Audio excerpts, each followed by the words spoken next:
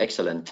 Welcome everyone to the first webinar in a webinar series organized by the TU Delft Safety and Security Institute.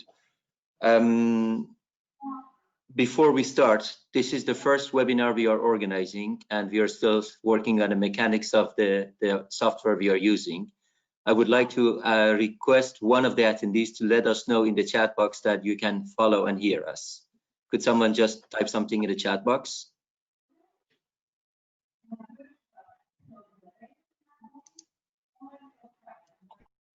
And maybe people who are not speaking can unmute their mics. I hear some background noises.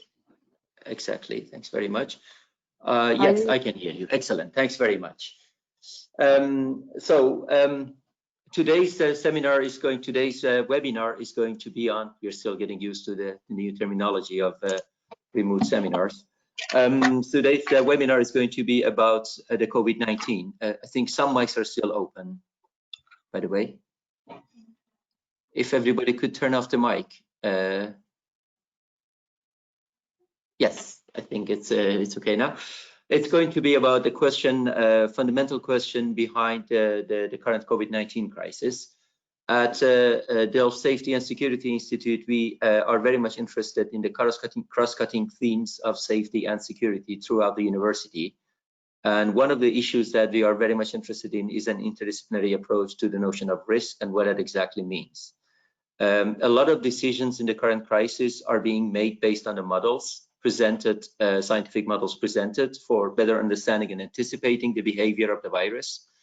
And these models are guiding the decision making, but also determining how we should behave. For instance, social distancing was one of the decisions based on the models and the different decisions made throughout the last couple of weeks while we were going throughout this crisis. Which brought us to the question, how should we actually understand the statistics, the rather complex statistics behind these models? And that is going to be the first part of today's webinar. The webinar will start with a talk by Professor Peter van Gelder from TU Delft, a professor of safety sciences, who will actually give us a better understanding of the models and how we should understand the models and how we should actually read the uncertainties into those models, because those uncertainties very much determine also different courses of action. We will have a quick Q&A session after Peter's lecture, and we will then move on to the second lecture in this webinar that would be given by Professor Sabine Reuser, professor of moral philosophy at TU Delft. And Sabine will present to us actually a rather different understanding of the notion of risk from the perspective of moral emotions. So how do we actually deal with the ethical implications of these models in decision making? Because it is not only about following the facts and figures of the models, because they also sometimes give a rather complex picture with different possibilities. So we'll try to focus on the notion of risk associated with the COVID-19 crisis and situation right now, and try to make sense of it as much as it is possible. This seminar or webinar is going to be the first in a series that will follow hopefully over the next couple of weeks, and we will keep you posted on the upcoming webinars. Two more issues that I wanted to actually share with you before we start. There will be a poll that you will see on your screen. On the right side on your screen, you will see actually one of the things is a poll that we will share with you, and you can vote. We will share different polls throughout the webinar, and you can vote, and based on those, we will also use the outcome of those polls in the discussions. And there is a chat option. There is an option to share some questions with us. Unfortunately, we were unsure how to do that with the possibility of sharing questions with a mic. That would have been probably too much hassle and difficulties. But we would very much like to actually have a session together with you. Please use that option as much as possible, and I will try to collect the question and ask the questions, but also the speakers themselves can see the questions. So without further ado, I would like to invite Professor van Gelder to start the first lecture on uncertainties. I will give the floor to you, Peter, and you can share your screen. Okay, thank you. Thank you very much, Benham, and good morning, everybody. Just to check, can you hear me? We can, but maybe somebody could also type that that you can also from the attendees. Okay. Yes. Okay, great. Thank you. So I will tell a little bit on the following topics. I'll start first with an introduction, then I show you some statistical data on the number of deaths and the number of infected people. I will tell a little bit about the uncertainties in these data sets, but also about uncertainties in the epidemiological models, as well as uncertainties in the effectivity of intervention. So there's a whole range of different types of uncertainties which we should try to distinguish from each other. Well, I will try to give an overview on those different categories. Then we will look into two possible intervention options, and I will end with the decision making on these, on the choice of these intervention options. So for my introduction, the question, is this pandemic now a black swan, or is it something which we could have anticipated on much earlier before? And the answer is no, this is no black swan. If we look at the number of pandemic outbreaks over the past 100 years, then there have been 5 of them. So you could say more or less that the probability of observing such large-scale pandemic is roughly 5% per year. Sorry, 5 out of 100. Yeah. So here you see an overview. We had a Spanish flu with 20 to 100 million people dying. We had the Asian flu in 57, the Hong Kong flu 68, swine flu more recently 2009 to 2010, but also with much people dying. Now we are in the corona pandemic. The RIVM, the Dutch Institute of Healthcare and Environment, comes up with a national risk profile or national safety profile every few years. This is their last risk profile of 2016, where we can see all the possible disasters which could occur in our country. And in the upper right corner, we see here the flu pandemic with a relatively high probability of occurrence on the horizontal axis and on the vertical axis with severe, very severe consequences. And so this event has been identified by the people from RIVM as indeed a dangerous event with a high probability of occurrence and the high consequences when it would occur. So the only event with a higher consequences would be the inundation from sea, but that one has a much lower probability of occurrence. And the events which have a higher probability of occurrence but with much less consequences are the events listed over here, which is subversion, but also cyberspionage and outbreaks amongst animals. So now let's take a look at some data from a number of countries, and I took 3 of them,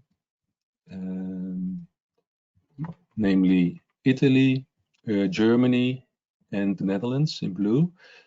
And this is data from the Johns Hopkins University, and the data has been visualized by a tool of Jan Verkade. And we see here the data on a linear scale. And the disadvantage of showing your data on a linear scale is that you don't see a possible flattening in the curve. The curve shows here an exponential increase in the beginning. After some time, you do see stabilization to a more linear growth. And at one moment in time, it hopefully converges to a certain maximum. It's much better to show this data on logarithmic scale. If we now put our vertical axis here logarithmically, then we see that we do have a nice convergence. Green is Italy, where the number of deaf people now is going to 20,000, more than that. The Netherlands in blue shows nice curvature, but still increasing, and I will come back to the expected number of the maximum number of deaths in a moment. And Germany here is in the middle. The data has been normalized here at 100 casualties, 100 deaths, and this way you can nicely compare the numbers of deaths between countries. This type of data can be very well modeled with a so-called 3-parameter logistic function. That's a function which has been developed by Verhulst already in 1850, something like that. 3 parameters, a capital L, which shows the maximum number of deaths which you can expect for time to infinity. There's a parameter K, that's a curvature in your growth, and there's an X0, that's the midpoint. So that's the moment in time where the second derivative of the function becomes negative. So where we do see a curvature in a downward direction. These 3 parameters can be fairly well estimated to the data. Van den Heuvel from TU Eindhoven did a lot of work on that, and he shows here, for instance, the fit of the logistic model to the data from China, where the solid curve here shows a nice comparison with the actual observations given by the stars. But also with an estimate for this capital L, the predicted maximum. That's the red dashed line here. So you might say, well, then let's start fitting all the observations with the logistic curve. For descriptive purposes, this is indeed a suitable way, but to make predictions is quite hard. And that's what we will see in a moment. First, some results from the countries of Belgium and the Netherlands. The Netherlands over here shows as a function of time the infections per million inhabitants, and the logistic model there predicts a maximum of about 1,300 infected people out of a million. So if we multiply it by 17, then we would come up with 23,000 people being infected in the Netherlands due to corona. At this moment, I believe we have 20,000, so still 3,000 more people to be expected, although I do think that this is an underestimate. I think we can expect more infections. And that's exactly my point, which I want to make. The predictability of the logistic curve shows a large uncertainty. And here, for example, you would see for the case for the Netherlands, the prediction of the maximum number of infected people given by these diamonds, where I put my mouse, over time. And you see that prediction, so on the 20th of March, the logistic model predicted that we would have about 18,000 infections per million inhabitants. But a few days later, it was already predicted as almost 30,000. Then it went down again. And so you see a high variability in the prediction of the maximum number of infections. And that's also illustrated here by those red balls, which are the ratios, the ratio between the actual number of infections given by those stars here, divided by the predicted maximum. This ratio now is at about 0.6. So 40% more people can be expected to be infected in the next few weeks. Okay, so we have on one hand uncertainty in the predictions, but the biggest uncertainty which we have at this moment is in fact the uncertainties in the raw data. And so we are uncertain about the actual number of infections at this moment because of the fact that a lot of sick people are not being tested.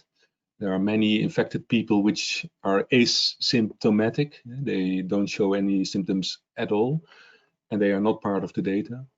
And there's also a big bias caused by the fact that the test capacity now is, in the past few days, largely increased. And so this could also then cause a bias in the data collection, because suddenly you have much more data than before, caused by the fact that we are testing more people. Also in the number of corona deaths, we do see a large uncertainty, because many of the death people are in fact not being tested. And that's what came out last week with a press release by the Central Bureau of Statistics, because they are collecting the mortality rates directly from the municipalities. And they came up with a number which was much higher. The mortality excess was much higher than the numbers reported by the RIVM. So the actual number of corona deaths could maybe be up to 50 to 100% higher than the numbers reported by RIVM. And that's what we also see from this figure here. We are at this moment here on early April, where the solid line here shows the actual number of deaths in the Netherlands, not only caused by corona, but all possible causes, where the gray lines over here show the confidence bounds of the number of deaths which we can expect in 95% of the cases. So the excess over here can probably be due to corona. And as said, this number is about a factor 2 higher than what we see from the official RIVM statistics. Okay, a whole different way of modeling the number of corona deaths and infections is by using epidemiological modeling. So until now we looked at the full statistical model, namely the logistic model, where only 3 parameters have to be fit. With an epidemiological model, you try to fit many more parameters over variables, such as the infection-producing contacts per unit time, the infectious period of infected people, the incubation time, recovery, death rates, and immunity levels of people. And so you are building a much more complex model, which describes better the physical reality, but the danger is that you introduce more uncertainties, and if you compare that with the logistic model, which has only 3 parameters, or any AI model, which is purely based on the outcome metric, on the number of deaths or the number of infected people, so they don't come up with models for these variables, but they look solely at the outcome metric, so they let the data speak for itself. Then you have to deal with less uncertainties. On the other hand, the advantage of using an epidemiological model is that you can try to test all kinds of intervention approaches. Before we go into that, a very important variable in the epidemiological model is the reproductive ratio, which is the number of cases directly generated by one case in a population. And over here you can see from a presentation by Van Dissel from RIVM that the uncertainty bounds in this ratio are quite large. They reduce over time. At this moment, we are already here in early April. This R0 is much below 1, I believe at 0.2 or 0.3.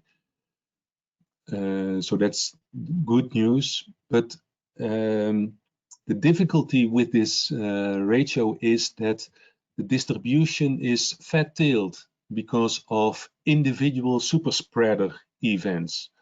There are some people which can infect a lot of other people. So rather than using symmetric confidence bounds, as what we see here, we should use fat-tailed distributions. They have to be incorporated in these epidemiological models. Okay, here we see the clear advantage of having an epidemiological model, because we can see now what is the effect of doing nothing, described by these red curves over here with a peak very high up. I will come back to that in a moment, versus an intervention where we apply an intelligent lockdown, where the uncertainties in the number of occupied IC places in hospitals is enormous, as you can see from this spaghetti plot. But still, this will help us to make rational decisions.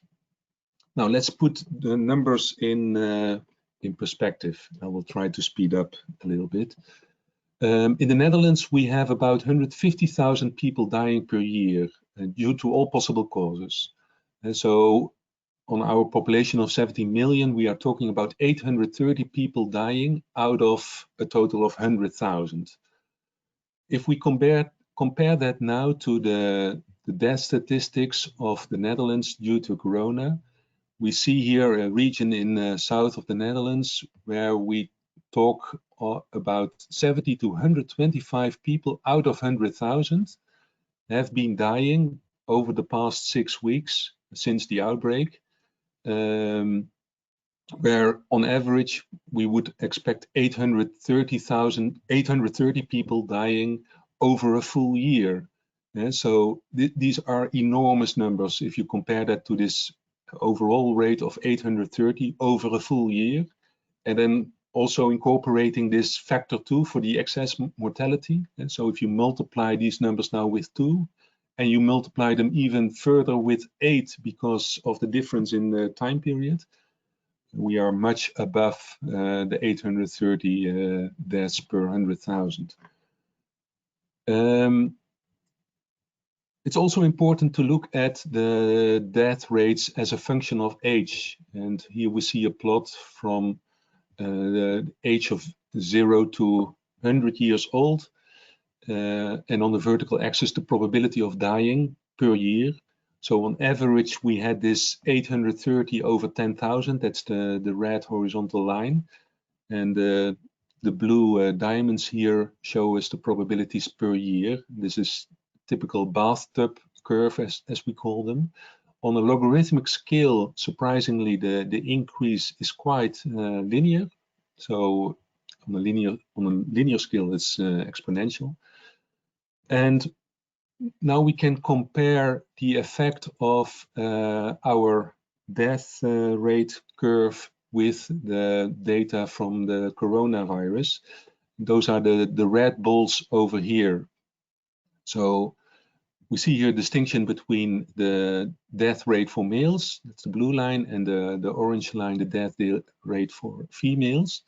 And the red dots here are above, for the age groups over 50 years, above the normal growth death curves. And so this means that we double or triple the number of death people in comparison to the normal death rates, which will result in enormous numbers. And these dots then are based on limited data sets, on the people who have actually been infected. Hopefully we can keep the number of infections limited, but if the full population in the Netherlands or worldwide would be infected to the coronavirus, then you can indeed imagine that the number of deaths would be enormous. In view of time, I will skip this table just to say that an extra probability of dying in a year with a high probability above 10 to the power minus 3 does result in an enormous decrease of lifespan, under the assumption that all people would indeed be infected. The overall death rate, according to the World Health Organization, after infection is about 3.4%. In China, we saw 3,300 deaths over 82,000. That results in a 4% death rate. In the Netherlands, we have at this moment 2,100 deaths over 20,000 confirmed infections. That would mean a rate of about 10% death rate, but please take into account that the number of confirmed infections is largely underestimated, as I mentioned earlier. But on the other hand, also the number of deaths is underestimated. So still, I think that also in the Netherlands, the death rate after infections is in the order of 3.4%. Now let's take a look at some intervention options. If we do nothing, in the Netherlands, we could maybe expect up to 500,000 people dying. And the assumption here is that then 90% of the population would be infected and a death rate of 3.4%. If we would do an intelligent lockdown, the current policy in our country, I think this could lead up to 5,000 deaths based on the logistic extrapolation, which we saw before, multiplied by this excess mortality factor of 2. However, there are many uncertainties involved in what will happen after our society will open again after the intelligent lockdown. How we will do that? Will we use COVID certificates with track and trace software on mobile telephones? There might be a vaccine at one moment in time available, or cocktails of medication which could help in reducing this 3.4%. Or we could try to isolate only vulnerable people. Still, the question is, could this lead to a second wave or a third wave? So if we visualize these two decision options in the tree, doing nothing with this number of deaths, intelligent lockdown, where I distinguish two possible scenarios. Scenario 1 is that we keep the number of deaths limited to 5,000 and we have a 12 weeks reduced economic activity in our country. Of course, a lot of uncertainties involved in this economic variable as well. Or we have a scenario that we have the above plus a second wave coming up. And after the second wave has been limited, maybe a third wave could occur and so on. And so these are the higher uncertainties at this moment that we don't know if we will be able to prevent a second wave or third wave. Now, if we do a simple comparison between these two policy options, where you would have to assume at one moment in time, what is the statistical value of a human life? And for simplicity, let's assume 60,000 euro per lost life year and a 10 years shorter lifespan. That would then result in 600,000 euro per lost human life. Option 1 then would result in a total damage of 300 billion euro, where I multiply this number with 500,000 deaths. In option 2, we would have 5,000 people killed. That would then result in 3 billion euro damage, plus all the loss of economic activity multiplied by the number of waves, which is highly uncertain. But yeah, then you could immediately observe that the intelligent lockdown at this moment is the preferred option, based on the assumption that we will be able to limit the number of future corona waves reoccurring. Nassim Taleb recently wrote a note. He is the author of the famous book on the Black Swan, that you shouldn't do these kind of risk management comparisons. You should apply here a precautionary principle, because we are dealing with extremely fat-tailed processes owing to an increased connectivity in our world, which increases virus spreading in a non-linear way. And for those cases, don't apply ordinary risk management approaches. We did apply in the Netherlands risk management approaches for other safety domains where you could expect large number of casualties. In the Netherlands, that's the safety against flooding. If we do nothing in the Netherlands, with flood protection, we could also have tens of thousands or maybe hundreds of thousands of people drowned. The Committee van Danzig in the 1960s made these risk management comparisons by comparing the investment decisions on raising and building additional storm surge barriers versus the reduced risk of drowning. And that helped us to come up with an optimal protection level of once in 10,000 years for the western part of the Netherlands, up to once in 1250 years for the more upstream areas. I come to a conclusion or a recommendation for further steps.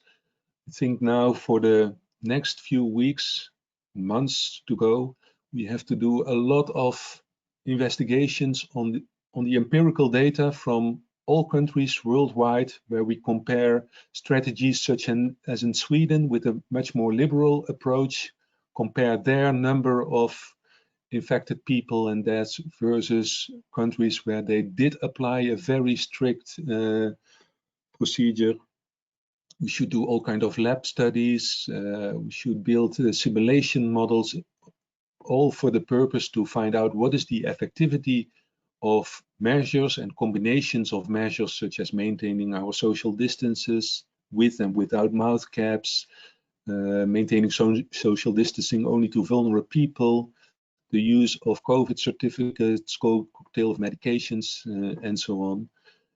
And the effectivity then here is referring not only to the reduced probability of death of the exposed people, but also the effects of all these measures on our economic activity, the effect on freedom, privacy breaches, and so on. And as soon as we do have data on these strategies, we can continue with all kind of multi-criteria decision-making optimizations under uncertainties. Okay, with that, I like to give back to Benon. Thank you for your attention. Thanks very much, Peter, for the fascinating presentation and very rich on the content and the data that you showed us. A couple of organizational matters before we get to the content. As I said in the beginning, we're still figuring out the mechanics of GoToWebinar, the software we are using for the first time. So bear with us if things are not going as you're supposed to. We hope to keep improving in the next couple of webinars that we will organize. There is a handout shared with you, including the references to the interesting newspaper articles that you can find on GoToWebinar website that you're already on. I said in the beginning, type your questions in the chat section, but there is also a question section, which makes a lot more sense. And I see that you have already started posting your questions there. That's excellent. I'll try to go through the questions. I would also like to invite the speakers to look together with me at those questions. Some of them are also about the second part of the presentation, but I will try to review some of the questions with you together with both speakers. And a request to keep the questions short so that they could better deal with them during the webinar. Peter, one question from my end before we get to the audience's question. Death rate is measured, it's a unit often mentioned in the statistics and also in the media. It's also a very crucial unit for a lot of decision making. But what does the death rate exactly mean? What does the casualty rate mean? Is that the rate of the number of casualties divided by the number of infections, or is there another way of looking at it, which is the number of casualties based on the number of people living in the country. So you have normalized a lot of your graphics, I noticed. But to what extent is the second one an important measure? Because some people say that on that account, the Netherlands is showing a little bit of a disconcerting picture. Yeah, so the death rates which I showed in my presentation are divided by the number of infected people. And so the 3.4% death rate is the percentage of people dying divided by the total number of infected people. And it's still uncertain how many people will be infected in a country if you do nothing. And I've seen papers saying that 90% of the total population in the country will be infected. And so maybe 10% of the people will never be infected at all. They have maybe a natural resistance against the virus. So if this percentage is really that high, then it doesn't matter so much if you talk about the death rate based on the number of infected people or based on the total population. But if later on it comes out that maybe 50% of the population have a natural resistance against the virus, then of course there is a difference in the normalization. Very good, thanks very much. I don't know if you can also see the questions that have been posted on the question section of our program. You cannot. So sorry, I will try to then recap some of the questions and read them to you. A question coming in from Gerard, Genevieve Gerard, goes as following. Are the current models of the decisions taking enough into account actually the balance between risks of highly affected coronavirus patients, relatively limited fractions of the population and quite old, versus the risk for the whole population? That's also, this question goes to the modeling part, but also very much the ethics part of the decision making. And do we actually take into account sufficiently the distinctions, the differences between different groups of population? And there is another question that has come in that has a little bit to do with the same, referring to the situations in the United States at this moment, that's saying that particularly ethnic minorities are being affected in parts of the country. So it's a virus that is causing, you might say, unequal distribution of burdens throughout different parts of the world. Do the models take these things into account, or do the models only look at the aggregations of the number of casualties? First to Peter and then to Sabine. Yeah. Yes, so some of my slides, I did show a distinction in the number of deaths as a function of age. But in the last comparison, where I compared the lockdown versus doing nothing, I didn't make a distinction in the value of a human life as a function of age. So the only thing what I modeled there was saying that, okay, let's assume that there's a 10 years shorter lifespan, and then I multiplied the value of a human life over 1 year, 60,000 euros, by 10, resulting then in a total value of a human life of 600,000 euro, and that was then multiplied by the number of deaths. There are also many publications saying that the value of a human life is much higher than 600,000. That's 3 million or 4 or 5 million, based on all kind of economic studies. If that's the value which you would take, then basically you will come up with a much higher economic damage than the value which I took, which would then even be favoring more for an intelligent lockdown than for doing nothing. Yeah.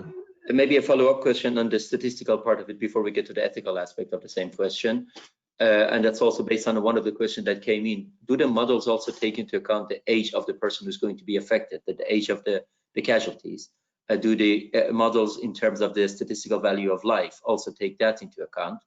And might that possibly lead to actually ethically problematic conclusions that a person earlier in his or her life might actually be in a position to contribute better to the society and have a substantially higher value of life? Or do the model not take that into account? No, there's a large number of models here, but there are models, and the one which I showed from Imperial College is a model which does take into account the probability of dying for older people is much higher than the probability of dying for the young people.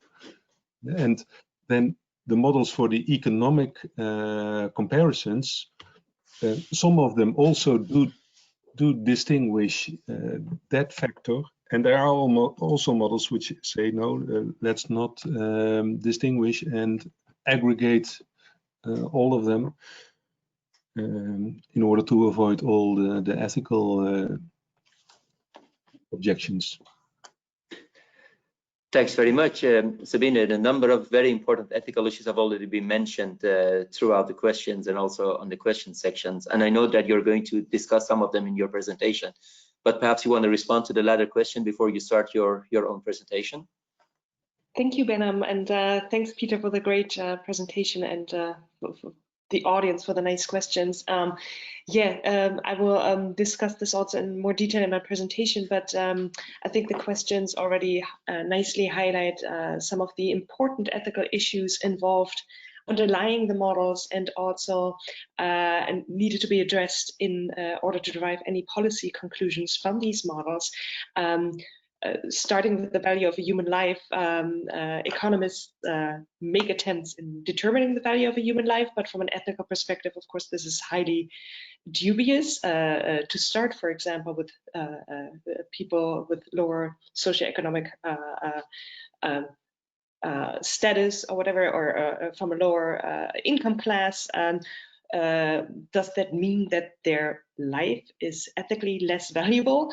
That would be if we would distinguish between different levels. On the other hand, if we say, well, let's just take the average, then still, of course, this makes the assumption that we can somehow trade the moral value of a human life into something, into an economic category, which is in itself highly dubious. The questions also highlight indeed the crucial importance of the healthcare systems in place, the socioeconomic policies in place, where we see that in countries, for example, the Nordic countries, probably it's going to be less disastrous to have a laissez-faire policy in a country like Sweden versus in a country like the United States, where a lot of people do not have health insurance, indeed primarily also people from ethnic minorities. So I think this Corona crisis, in a sense, also highlights ethical issues underlying our political systems, our socioeconomic systems, and reveal a lot of the underlying problems of the most extreme cases of economic laissez-faire policies, which are not resilient in the case of a pandemic, where you see that countries with more of a social welfare net and public health services will have more capacities to deal with this. For example, in the case of Germany, and again, I will come back to this in my presentation, but interestingly, we see that the absolute number of deaths in Germany at this point is comparable to the absolute number of deaths in the Netherlands, whereas Germany has about 5 times as many inhabitants, 4 or 5 times as many inhabitants. So, and as has been discussed in the media a lot of ICU patients from the Netherlands are actually taken over by Germany because they have so many more ICU beds. And you would actually imagine, I would think, that this would be a wake-up call for Dutch policymakers. Gosh, you know, how could we have been so terribly prepared for this? Instead of that, I read the other day that somebody was saying, well, Germany is a little bit behind in how efficiently we've organized our healthcare system in the Netherlands by localizing, by bundling facilities and hospitals, specializing hospitals. So we've had a much more efficient approach with less ICU beds, and Germany is still a little bit behind in that, and that's why they have more ICU beds. I think that's a very remarkable interpretation of the situation, to interpret that as behind. But sorry for being a little bit cynical here. No, I totally understand that, and also share that cynicism, I think, with you. It would be that's also the question I was asking a few minutes earlier about the number of deaths per million. To what extent is that actually an accurate way of looking at the statistics? And some people say that you need to actually do that at the end of the pandemics, but still, at the rates that the numbers are growing, it's remarkable that Germany is indeed substantially lower than the Netherlands compared at the level of the population.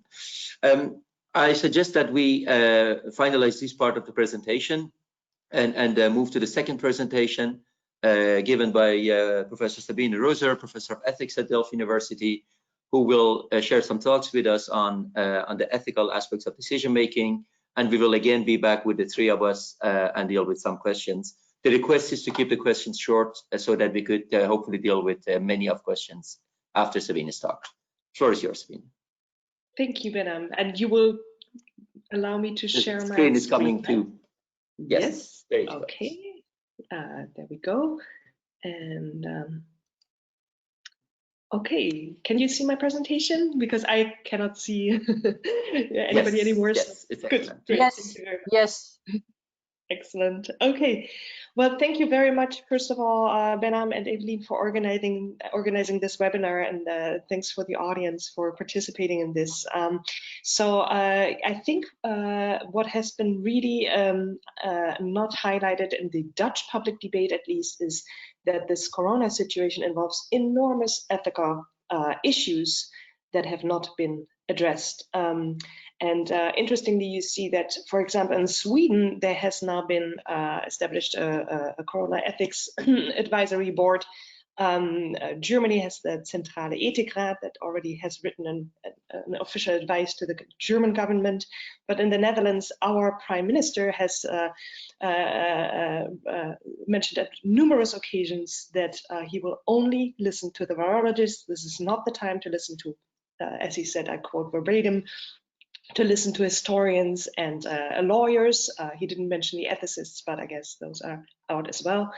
And whereas I will try to highlight in the upcoming 20 minutes that there are profound ethical issues involved in this situation, and also that emotions actually are an important source that we should consult here. But with this, sorry, I have to.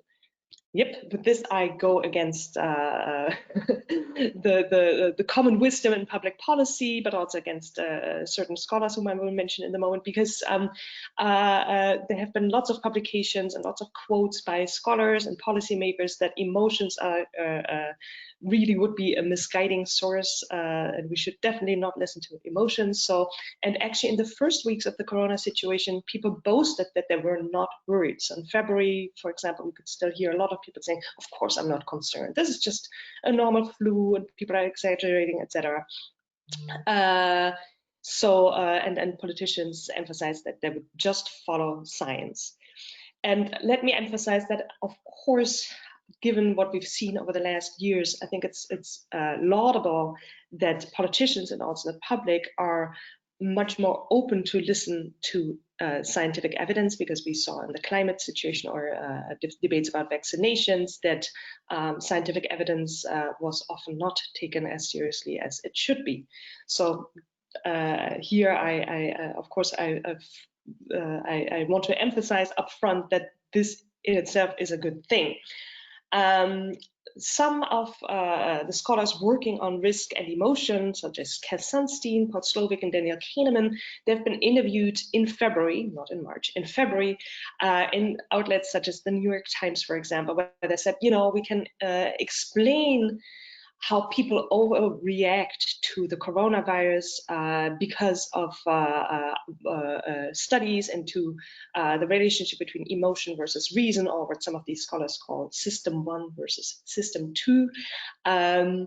And they argue that we have this first system, which is intuitive and emotional and highly unreliable, that often overestimates risks, whereas our rational system, system 2, is called slow and lazy, requiring lots of our resources, and that's why we often do not listen to system 2 or reason or science. Whereas, of course, if we would listen to it, then we would understand that not a lot is going on here. So according to them, these two systems explain overreactions, emotional overreactions. Now, of course, we now are a few weeks later on. I haven't heard interviews with these scholars over the last days, but I think the current developments show that maybe their interpretation of the situation at the end of February was not really well founded. And we see here actually a pattern that we see in decision making about risk and uncertainty in general. So Slovik's, Sunstein's, and Kahneman's understanding of risk and emotion is prototypical for also policy approaches on how to deal with emotional responses to, for example, decision making about risky technologies, but also health risks such as a pandemic. And in my work, I distinguish two extreme approaches that we see occurring in such debates. One is what I call the technocratic pitfall, which is to base risk policy solely on formal quantitative methods, which again, of course, I will come back to this, are an important source of information, but I will argue that they're not sufficient. The other extreme is what I call the populist pitfall. In the populist approach, politicians say, you know, of course we know that the emotions of the public are irrational, but well, we live in a democracy, we don't have enough public support without listening to these emotions, so we do what the public wants, even though their emotions are misguided. Now, I actually argue that these two approaches are misguided, and this is due to a misguided understanding of emotions. So in my own research on moral emotions and intuitions, I argue that moral emotions, or that a lot of our emotions are actually related to important moral values, and that emotional responses of the public to for example, risky technologies, but also risks, public health risks like a pandemic, actually highlight important ethical values that are not highlighted in mathematical and quantitative models, as important as these are, of course. And also, what is also remarkable about emotions, that they can highlight important ethical nuances between different cases, for example. So instead of overgeneralizing and treating situations as comparable, more emotions can help to highlight important ethical differences between situations. And in my work, I argue that this is the case in general, but also specifically in the context of decision-making about risk and uncertainty. So think about emotions such as sympathy, fear, or indignation, or enthusiasm. So I argue that they can point to morally salient aspects of risks, such as, for example, autonomy and fairness. Think about the issue of the fair distribution that we discussed already in the Q&A. So, of course, I'm fully aware that emotions can misguide us, but I argue that this actually holds for all sources of insight. So our eyes, our vision can be misguided. That's why I have contact lenses in my eyes. Our mathematical understanding can be misguided. Not everybody is good in math. And so also our emotional capacities can be misguided. For example, we may overestimate certain probabilities, which is what Sunstein calls probability neglect. This is why it's really, really important, of course, that our decision-making is informed by science and statistics. However, I argue that in order to avoid what I call complexity neglect, decisions about risks have to be informed by moral emotions, as they highlight important ethical issues. So applying these insights to the corona crisis and then zooming in on what our emotions can tell us about ethical aspects of the corona situation. Fighting the corona crisis and making decisions about different options requires making certain trade-offs, and that does require ethical decisions. Peter van Gelder, in his fascinating presentation, already introduced us to various mathematical models, but also he already highlighted certain values that are implied by these approaches. And of course, the mathematical models themselves cannot solve these ethical issues. So I argue that scientific information is necessary, but not sufficient for decision making about any risky developments, but specifically also in the context of the corona situation. So we also need societal and ethical considerations, and emotions can reveal these. So I will now zoom in on some of these aspects. Peter already mentioned the precautionary principle. So the precautionary principle holds that if there's scientific uncertainty with potentially huge societal implications, we should not wait until we have all the answers from science, but we might have to take precautionary measures in advance. So, for example, in the case of the corona crisis, we do not know. For example, we do not have all the evidence yet to determine the contamination curve. Benham said, for example, just before talk, that some people argue that we can only compare the absolute deaths after the pandemic is over. And that I think is telling. Of course, after this is over, we will have a lot of scientific knowledge, and we can maybe make predictions of how to deal with this in the next situation. But as Prime Minister Rutte said a few weeks ago, we have to make 100% of the decisions with 50% of the knowledge, or maybe it's 1% of the knowledge. So we have to make decisions before we have the scientific knowledge. And now the question is, which way to go. Rutte, for example, argued that we should only listen to the virologists, but the virologists only have backward-looking knowledge and can only make predictions that they do not know. For example, a few weeks ago, there was official information on the RIVM website saying that people who are not having symptoms cannot spread the virus. Now, this was quickly nuanced, because now we know that actually there is a likelihood that also people can carry the virus and spread it, even though they themselves do not get sick by it. And in risk ethics, people have thought about this actually, about these kinds of issues. So, for example, the famous Swedish risk ethicist Sven Ove Hansson has argued that there's an important ethical difference between so-called type 1 errors and type 2 errors. So false positives versus false negatives. False positives are claims that something is the case when actually they're not the case. And this is something that we try to avoid in scientific research. As a scientist, we do not want to claim that something is the case when actually it's not the case. But when it comes to specifically, for example, health decisions, there's the implications for society or individuals would be huge if we actually make a false negative claim. In other words, that we claim that somebody is healthy when they're sick, or that a pandemic is not really very bad when it actually is. So in the context of, for example, health risks, we want to avoid these false negatives, and this could then be a good reason to adopt a precautionary approach. And that also involves moral emotions such as care and responsibility, and feeling responsible for implications for society, and that we would rather be safe than sorry.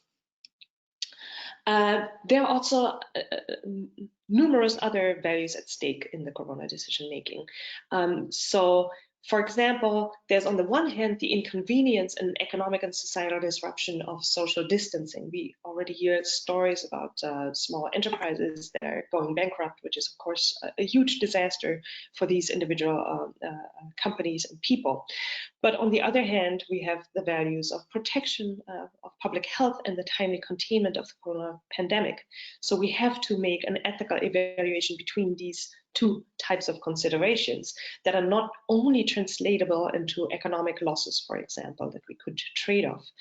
Then there's this issue of group immunity or herd immunity, which sounds rather disrespectful when applied to human beings. So in the beginning, the Netherlands said we should strive to increase group immunity. That's why in the beginning there were not very harsh lockdown measures in the Netherlands. And the Netherlands said, well, we're actually doing the same thing as in the UK. Well, as we know, the UK and the Netherlands very quickly changed their strategies.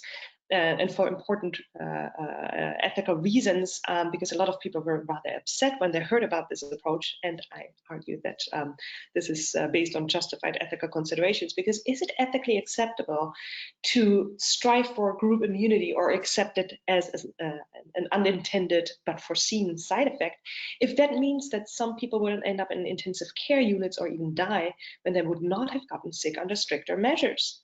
That's a very important ethical consideration. In view of the uncertain knowledge about possible immunity against this new coronavirus, can it be ethically defended to make such an assumption? Because we don't even know yet. We still have to wait for the evidence that once people have been infected, that they will be immune. That is still something under investigation, because that differs per type of virus. And we don't know yet about the COVID-19 virus, but that's the case. Then, of course, there's the really, really hard issue of triage in hospitals. We've seen that in Italy, because the ICU units are so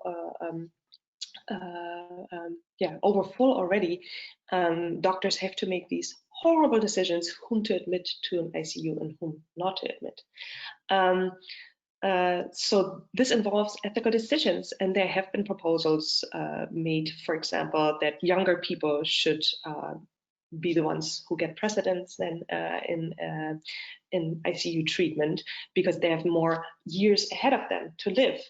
But that is, of course, also a very important ethical decision that can also be challenged, because there are also other values. You could argue, well, the elderly have contributed already a lot to society, and is the last thing we want to tell them before they pass away, you know, your life expectancy is so low, thank you for everything you've done for us, that's it. That sounds rhetorical and polemic, but I think it highlights an important ethical consideration at stake here as well. And again, that all relates to what the value of a human life is. We already discussed this before my talk. So I will not go into all those details, but again, if you attach an economic value to a human life, depending on how you do that, it could mean that somebody with a lower income would be less valuable, which has huge ethical implications, and I think is ethically extremely dubious, to say the least. You could actually turn it around and say that these are people are already so vulnerable, they need extra protection.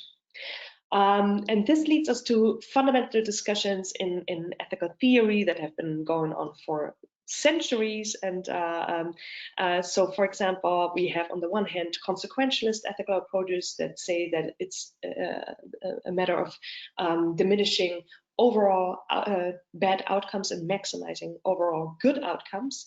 But one of the main criticisms against that is that that doesn't take into account fair distribution, autonomy in decision making, etc. On the other hand, we have deontological approaches in ethics that argue that we cannot trade off human life. So in other words, human life is of such intrinsic value that it cannot be put in a mathematical formula.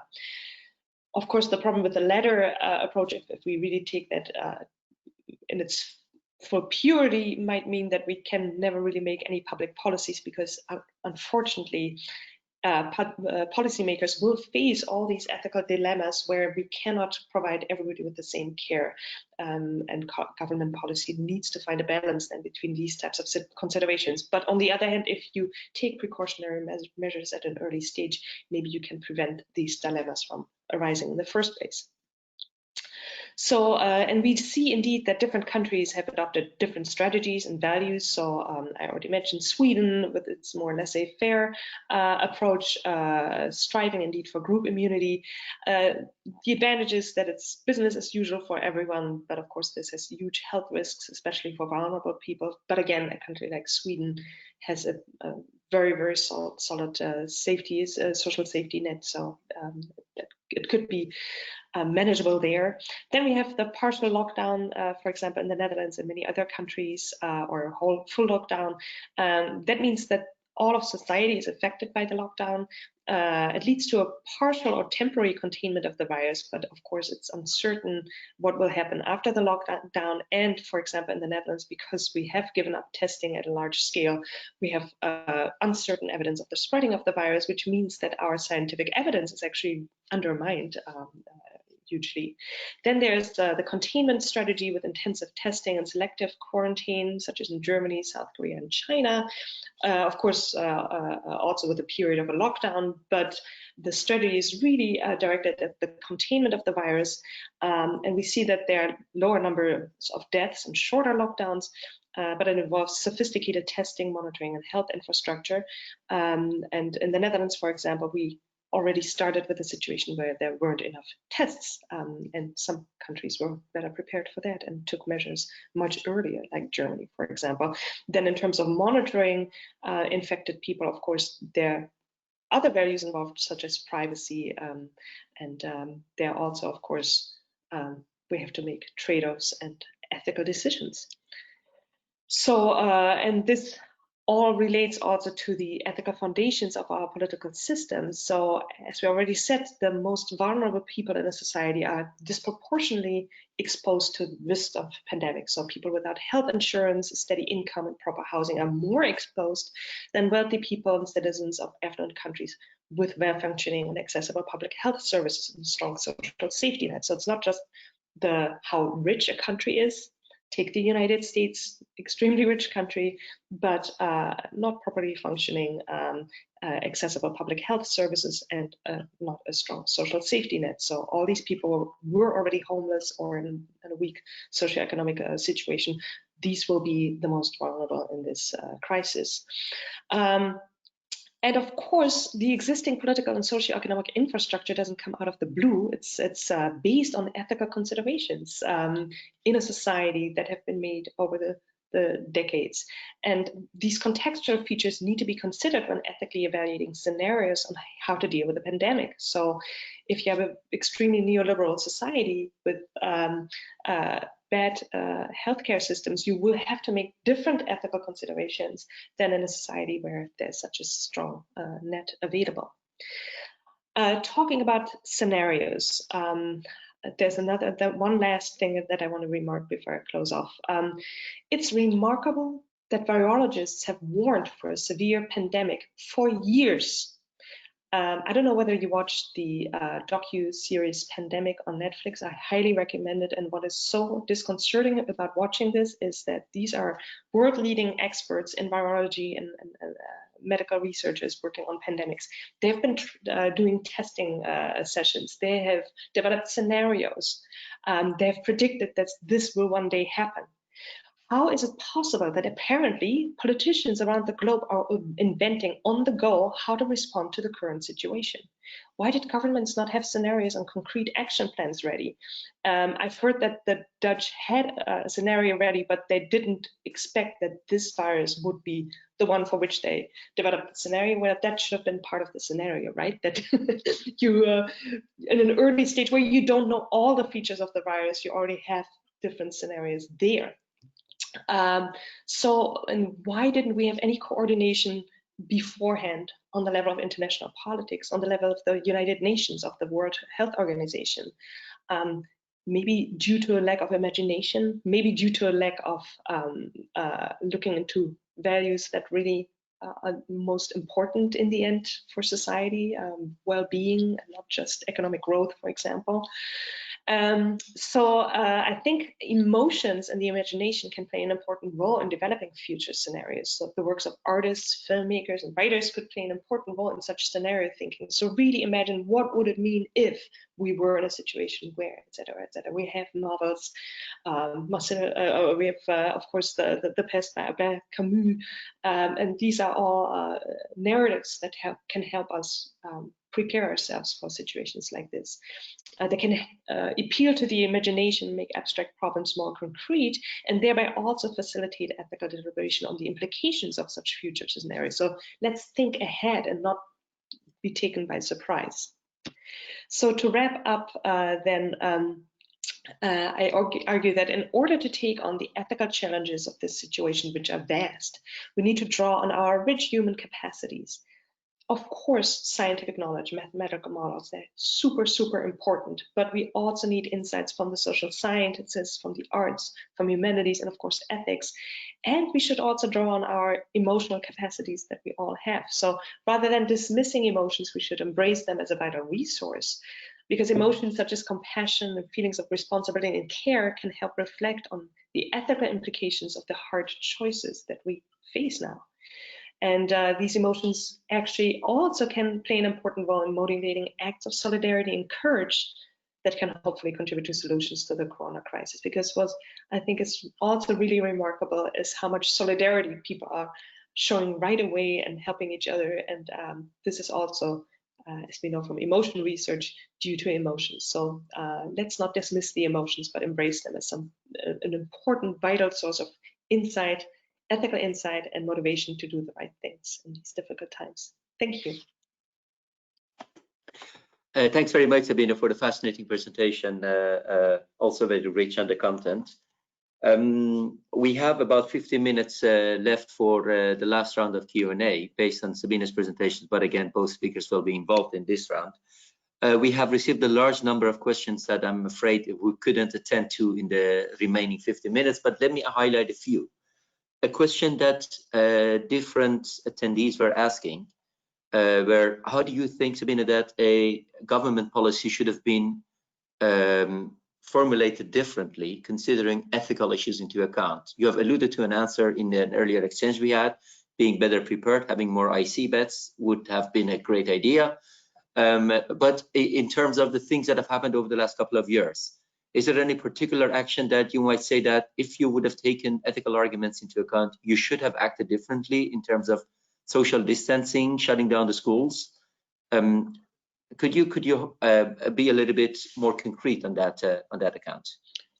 Of course, thank you. So I think, so I remember just a few days before the first press conference where the first lockdown-like measures were announced, that I spoke to a Chinese colleague who said, I really don't understand why the Netherlands are taking this so lightly. This is a horrible virus. People get really, really sick. It's really dangerous.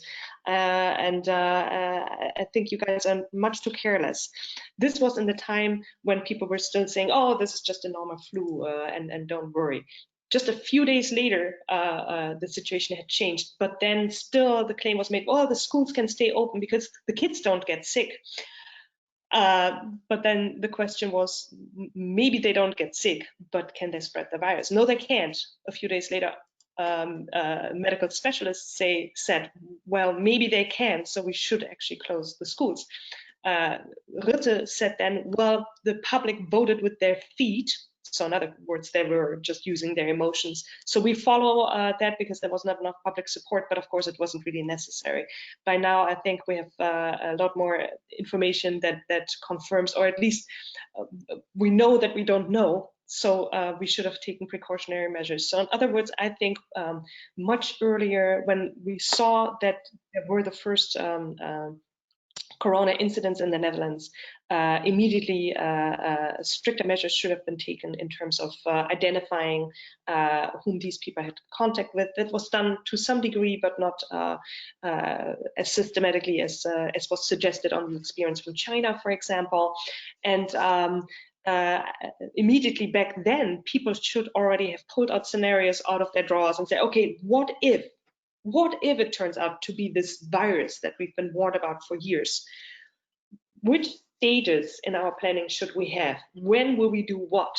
Maybe they had that, but this was at least not discussed in public. And for example, we have this outbreak management team, which consists of medical people and virologists, which is fantastic. But why is there nobody from economics on board? Why are there no social scientists? Why are no ethicists? Well, you could argue, okay, they just provide the strictly scientific information, the medical scientific information. But if you then combine that with the fact that Rutte says, I do whatever these people advise me, then we miss the step of the ethical reflection and taking into account other dimensions of societal reflection. I find that remarkable because actually the current Dutch risk policy, which was launched in, I think, 2014, as one of their 10 guidelines, guiding principles, includes intention for values and emotions, which I'm happy is in there, and I provided input back then, and I think there's a causal relationship. And it really surprises me that they are not following their own policy here, because probably of a division of labor in Dutch politics that these policies are developed for environmental risks, for example, and they haven't considered this in the context of health risks. I'm also surprised because we have the Health Council, the Dutch Health Council, which has an ethics board. Why have they not been involved in the decision making? This is all very surprising. I think it would have led to more precautionary measures early on, and yeah. Building up on that question a little bit, how do you read actually the press conference, yesterday's press conference by the Prime Minister, arguing for a contact tracing app? How would you actually read that from an ethical perspective? Would you have recommended the same course of action or a different course of action if you were on an advisory panel of the government? Yeah, so I think this is an interesting tool to involve. Obviously, there are huge privacy issues involved with that. So if we take privacy not as a no-go value that can never be overruled, but something that can be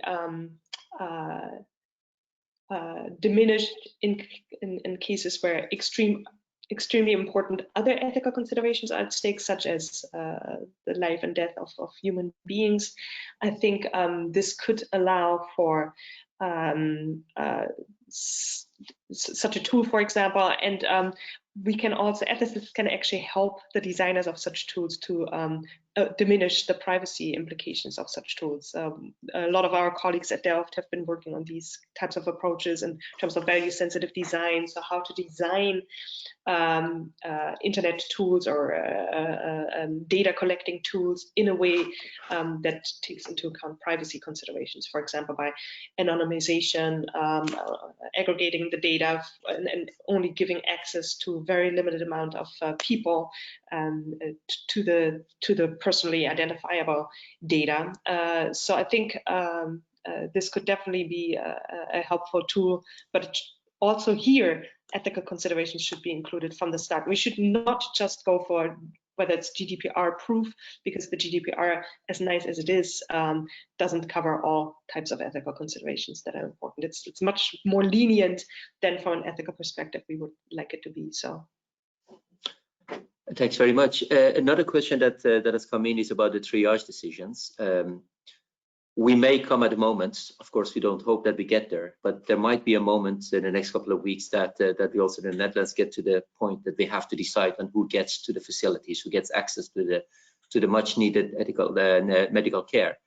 And a question that comes in is that on the one hand, you want to actually make those triage decisions in a public fashion, from a transparency point of view, and in a democratic society, that is what is required. On the other hand, they also give rise to strong emotional responses among the public.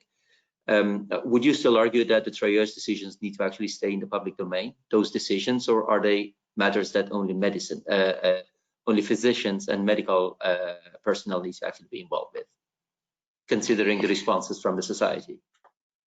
Yeah, I actually think that we should not underestimate our public. If we discuss in a public debate what the ethical decisions are and what the dilemmas are, I think it's something that people can understand. If we then would argue, well, it's too tricky to discuss this in public because people won't understand, so let's just leave it to the medical experts. Well, the medical experts, I think they're also in need of advice. We could, of course, say, well, we just take the medical experts and some ethicists to help them out. But of course, ethicists also disagree about these matters, and I think because they're tricky, they're moral dilemmas, and what we know about moral dilemmas is that there's not one simple solution, and I think at least maybe this is not the time to have a huge public debate about triage. It's something that comes in for medical experts all the time anyway, but at least making explicit, we are aware that this is a difficult ethical decision. We are facing a real dilemma here. There are no simple answers, but these are the decisions we've now made for these and these reasons. And we know that they can be challenged because it is a dilemma, but these are the arguments why we took that decision. So at least procedurally be transparent, because we also know from empirical research that transparency of decision making and a fair procedure in decision making helps people to find the outcomes of the decision making more acceptable, even if they don't agree. But if you exclude people from the decision making, they will not only have emotional responses to the decision per se, but also to the decision making. And if you downplay the important ethical dilemmas, I think that also in itself gives rise to emotional responses. Thanks very much. A question that has come in, and I think I would be glad if Peter could respond to this question, is about different units that could be used. We keep all emphasizing, and Johns Hopkins keeps reporting on that, and everybody keeps mentioning it in the media, the death rates, either based on number of infections or based on the total population. And the question is, aren't there better units maybe to be used here? And this is perhaps a question for a medical professional, but I think that the question is very much valid for other risk analysts also outside the pandemics and the current situation.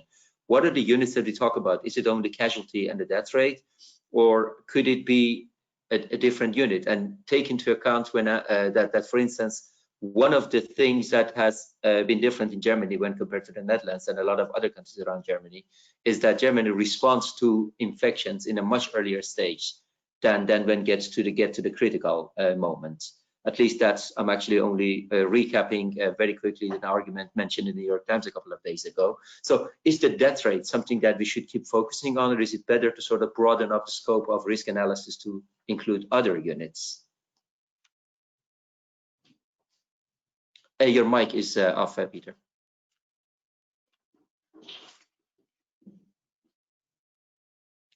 Still off.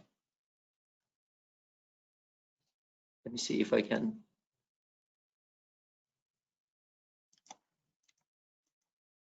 I think it's on now. Yes, it works, eh? Yeah. So basically, yes. This death rate is what we call a lagging indicator. It lags behind. We are normally within safety science, we are interested in the leading indicators. So variables which are at the front of the chain, and then you should think of number of infected people, or the number of intakes in the hospital, the number of intakes on the ICUs. Those are variables which are leading with respect to death, because as soon as those people are in the hospital, they are treated, but a large number of them unfortunately passes away, and that's data which then comes in later. So but even variables such as the number of people going outdoors, the number of people which follow social distancing, those would be even further leading indicators.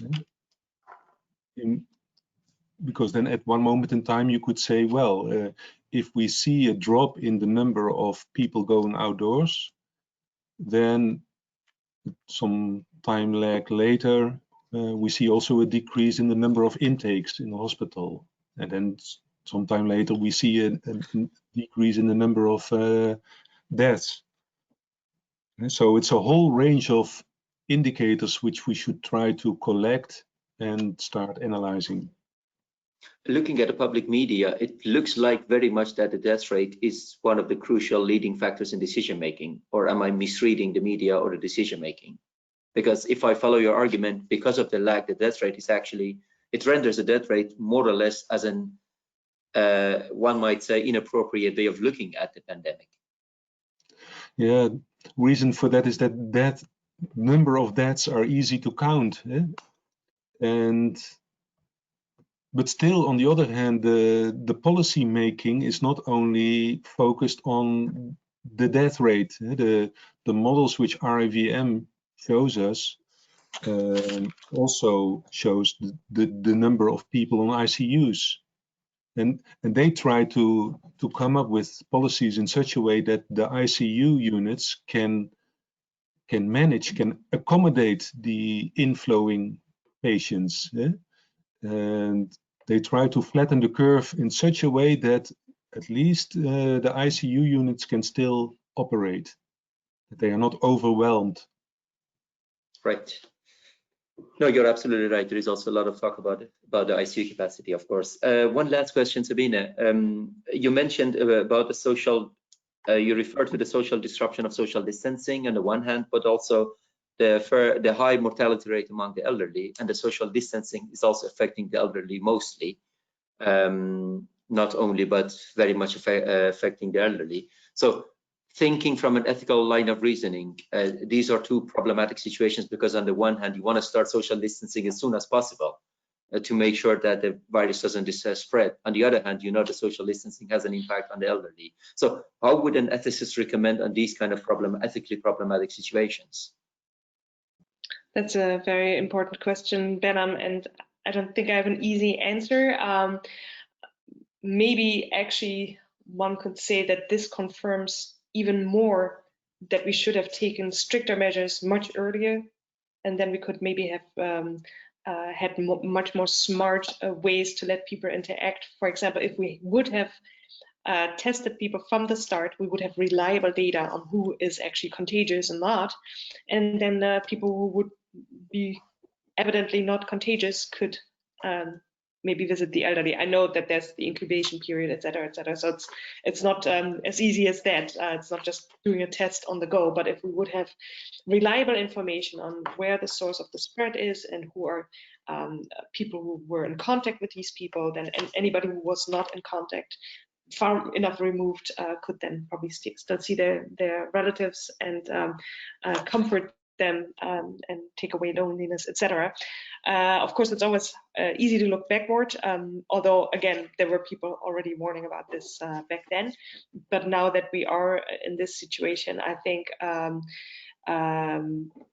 this could be an additional argument to get to a situation where we have more reliable data about people, so that we can get to a smarter lockdown than the so-called smart lockdown that we have at this point. So yeah, this would be my recommendation. The problem with a lot of elderly people is while younger people are very comfortable moving to these online tools like we are doing, there are a lot of elderly people who are not comfortable using FaceTime, Skype, etc., these people can be in real isolation. Thank you very, very much. I would like to thank both speakers. We have come to the end of this webinar. If I were to capture the essence of the webinar in one sentence, I think the emphasis was very much on understanding risk in a highly interdisciplinary fashion, and not only as a way of calculating the probabilities and the casualties. I would like to just add two notes. One is that I just like to thank Eveline Frede, who is behind the screens. You don't see her on the screen, but also very much helping and has set up this webinar. She's also the person you need to reach out to. You can find her information on our website, delftsafetyandsecurity.nl, of our institute, to be informed, to stay informed about the upcoming webinars. And we hope to make this actually a series of webinars, and to review different aspects, also aspects of how we could contribute actually to getting over this pandemic from an engineering perspective, from a technology perspective. One last question for both speakers. There have been multiple requests coming in, if you would be willing to share your slides. Yes, that's yes. Okay, then we will make sure that the slides come on the website of the institute. Thanks for bearing with us, the attendees. This was the first time we were using this tool and the webinar. So thanks for being patient. Apologies that we couldn't get to all the questions. I promise that we will keep improving also the mechanics of the content, the webinars. The content was already excellent, and we hope to keep up the same level in the upcoming webinars. Thanks very much, Professor Sabine Reuser, Professor Peter van Gelder, and thank you very much for being with us, the attendees, and hope to see you soon, hopefully within 2 weeks. Have a good day. Thank you, Benno. Thank you. To the listeners. Bye-bye. Thank you.